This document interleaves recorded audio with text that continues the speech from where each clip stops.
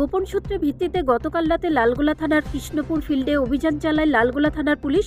এক যুবককে আটক করে এবং তার কাছ থেকে তল্লাশি চালিয়ে উদ্ধার হয় 259 গ্রাম হেরোইন। তারপর তাকে গ্রেপ্তার করে থানায় নিয়ে যায় পুলিশ। পুলিশ সূত্রে জানা যায়, ধৃত যুবকের নাম সাকিবুর শেখ ওরফে সাকিব, বয়স 26, বাড়ি মুর্শিদাবাদ জেলার লালগোলা থানার গাবতলা গ্রামে।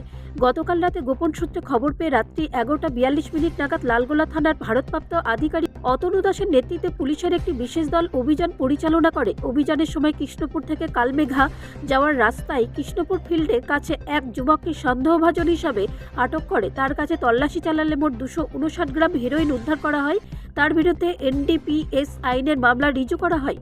তদন্তের সাথে অভিযুক্তকে আজ 8 দিনের পুলিশ হেফাজতে আবেদন জানিয়ে আদালতে পাঠানো হয়। কোথা থেকে হেরোইনগুলো নিয়ে এসেছিল এবং কোথায় নিয়ে যাচ্ছিল, এছাড়া এর সঙ্গে আর কে জড়িত আছে কিনা তার তদন্ত করে দেখছে লালগোলা থানার পুলিশ।